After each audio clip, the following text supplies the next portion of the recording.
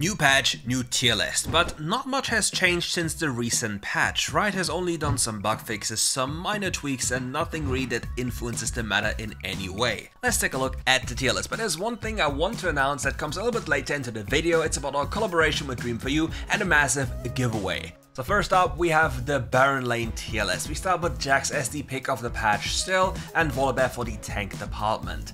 In the highest S rating, we have no movement at all, because there's not been any changes. There's only a few things that you can argue about what you want to go for in the sense of strength of champions or different build diversity. It's simply about you utilizing the items on champions correctly, like for example on Rivens of Eclipse, you go for Divine Sundra, or for Black Cleaver, you go for the immortal builds like Divine Sundra and Sunder Sky. You don't get baited by Eclipse on any of these champions, and that's just all about you understanding that you need to rush defensive boots into most matchups, and then all these champions in this list up here are very broken. And for the ranged champions, and namely here Vayne and Varus, it's their best position on the entirety of the game because they completely annihilate most of the champions on this list without any problem, since they can also itemize brutally tanky while dealing percentage, maximum HP damage, be it true damage or magical damage. For the tank role, there's a slight adjustment when it comes to playing Nasus. We pushed him up from A into the S tier because this champion unironically isn't bad at all. The interaction with Sunder Sky seems to be intended, as we've all confirmed with the little clip that I showed on Twitter or X. In case if you don't know about this, his stack count is also amplified by Sunder Sky, so that is quite broken, and since he's pretty good, decently well into most of the other champions, being completely impossible to kill post level 5 and an absolute menace to deal with, especially with the second ability, he's most definitely deserving a place in the S tier. All the other champions have remained roughly the same. Nothing much has changed in the meta department, and Malphite keeps a counter pick for a full AD enemy team, and Danny is an absolutely omega broken pick though. Now let's quickly talk about our collaboration with Dream for You. They are giving away 90 skins in a grand scheme of even more giveaways, so first off, join their server right now and you can participate in that one. You will get an announcement and everything you need to know for that giveaway, so do it right now. Before I forget to mention it, the Crystal Rose Gacha event is ending soon, and if you want to get one of your skins for a discount, then make sure to check out the description below and join the Zoo server. Here you can also see some of the prices depending on your region, and all you have to do to get these prices is just put in the code KIRKS20 and you're good to go. So join the server, open up a ticket and tell them what you want, and we'll get you sorted. With that out of the way, let's talk about the jungle tier list. Here we have the carry tier with Viego at the pinnacle. For the other power levels, nothing really has changed because Riot didn't bother changing anything. Most of the meta champions just change one or two items and become immortal, for example Riven. Few Riven players go for Eclipse, even though it's not even a good choice, when they could go for the Bruiser variant with Black Cleaver, Divine Sundra, Sunder Sky, you know, this kind of stuff where you're immortal and you kill everyone with the ult reset anyway. Or you go for the Eclipse version, you can still die and carry and become significantly harder. So as per usual, if you want to have the easiest way of climbing, pick any champion from the S tier or obviously the pick of the patch, and you'll have a probably very easy way of winning games compared to other champions that are in the lower tiers. And the funniest part is, Talon has been nerfed quite a few times and he's still one of the most broken junglers in the game and just borderline impossible to beat if you're really good with him. Now for the tank tier, we also have barely any changes because Riot hasn't changed too much in recent patches. We're looking forward to actual changes in the future, and hopefully we see some of the new items from Hextag ARAM into the normal mode going over, because that actually changes quite a lot of things, especially for the mid lane department, or rather it makes even more, like it makes broken champions even more broken, like for example Kassadin, but it would catapult Ahri into a very good spot as well. But for this department here in the jungle, in the tank department, we don't have any changes, so go with Volibear if you want to enjoy your time. You'll constantly dive people, and it's just absolutely insane how busted all these champions within the S tier still are to this day. Now let's move over to the mid lane, and here we start with the mages. Lysandra has been nerfed, but it barely does anything. It's like a slight tap onto the wrist and it doesn't do much against her. She's still very broken and very good in teamfight scenarios, which in WildRift are basically the typical thing on cooldown. And just so important, and this champion does so wonderfully well. Another champion that I want to give more spotlight to is Annie. This champion is borderline easy to play, and if the enemy laner cannot go for Merc Trats, Or, for example, Green Tree and Murktrats, you can constantly flash into their faces with Hack Flash and kill them on cooldown because they cannot get tanky enough to survive this. Other than this, not much has changed within this tier. You can maybe put Galio into a good Galio game into the S tier, especially with the full AP build, because then you one-shot people. Other champions in the B tier, normally Kayle needs a whole tier for herself because she shouldn't be in the same tier as all the other champions within the tier, because all the other champions within the B tier are like 50 times the champion Kayle mid lane is. And I'm always very confused to see comments speaking about Kayle mid lane being a useful champion when you literally can't do anything. You don't have damage, you don't have wave clear, you don't have anything. So let me know why you believe Kayle should not be in the B tier and should be higher up the list. Now let's talk about Kassadin. Kassadin on this Big Brother League PC game is a slow scaling champion that every jungler learned to hate because this champion doesn't do anything until he's scaled. In WildRift it's a massively different story. This champion is online once he's level 5, has boots on mana, maybe Prophet's Pendant, sudden impact in the runes, and then he suddenly starts one-shotting you for no apparent reason. So even here there's not really any changes. Ahri is still in the S tier, got recently buffed. You go Lichbane, many people say it's like a band-aid, but it's actually good for this champion because it adds so much more damage to a combo, and the recent buffs were pretty good for Ahri, so she solidifies her position to the S tier, but she still can't really compete with champions such as Kassadin in terms of carry potential or Vladimir. In the A tier we have a lot of champions that are still not seeing a lot of light in the games, because they simply fall out of the meta too much or simply can't achieve too much compared to the other champions.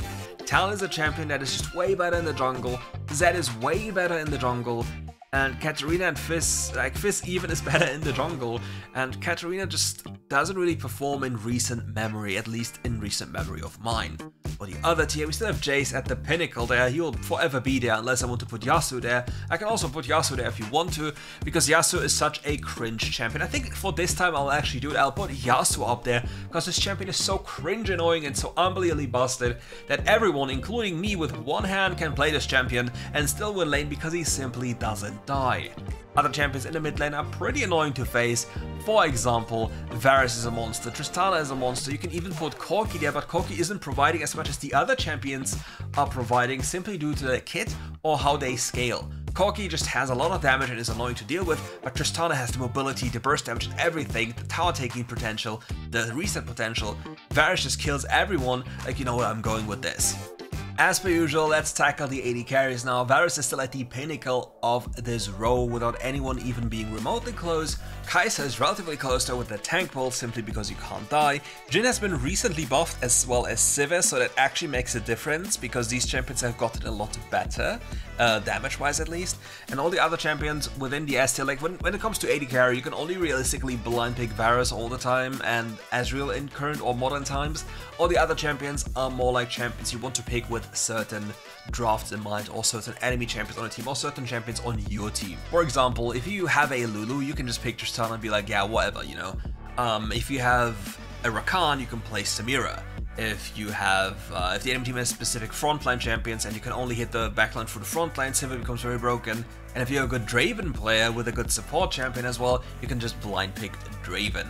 But other than this, you really don't want to blind pick most of the AD carry champions outside of Varus, so here we are. For the mage tier we still have Ziggs as the annoying bomb throwing maniac, and other than this we have good champions that again, depending on the draft you're facing, gain value or lose value.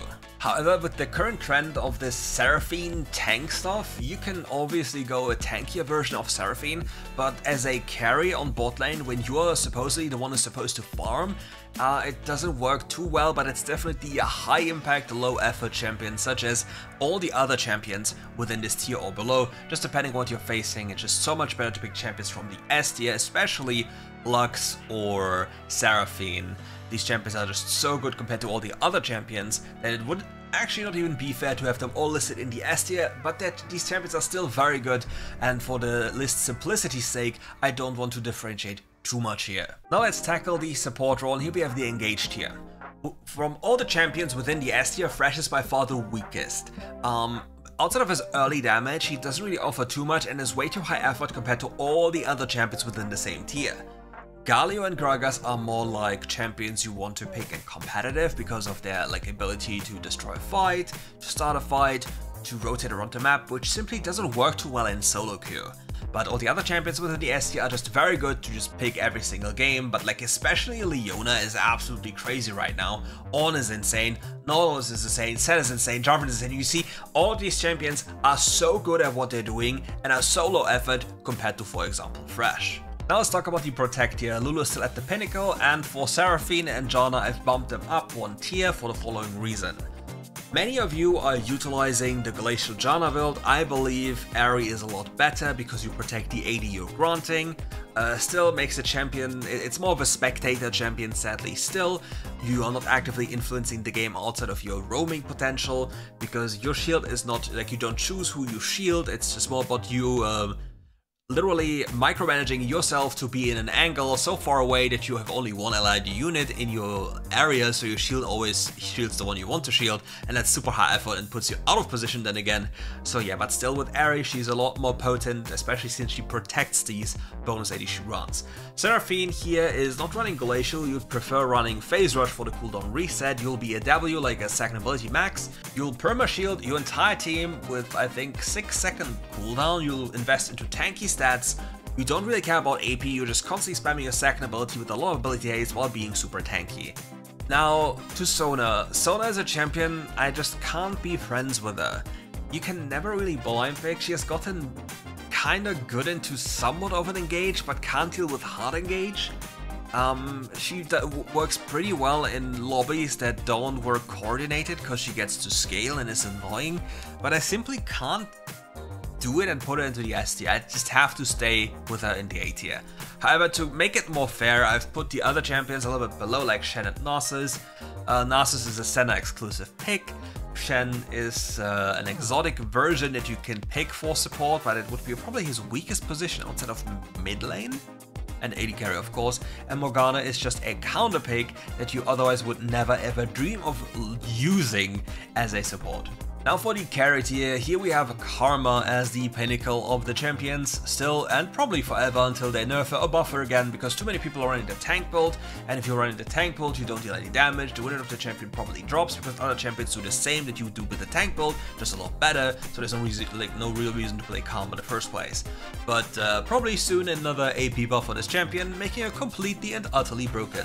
All the other champions with the S tier still haven't changed much, it's still the same as per usual, with Lissandra being a decent addition, especially with her crowd control potential. In the A tier, Zyra is still bugged until the end of days, and until they fix all her bugs, this champion cannot be a reliable source of damage.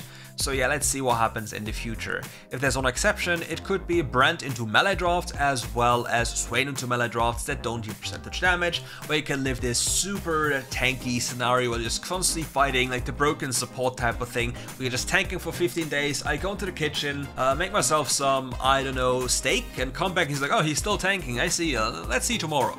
So yeah, as per usual, thank you for watching, and if you enjoyed the video, leave a like, subscribe to the channel. Don't forget to grab one of the codes within this video, they're hidden, so good luck my friends, and we see each other for more content very soon. Goodbye.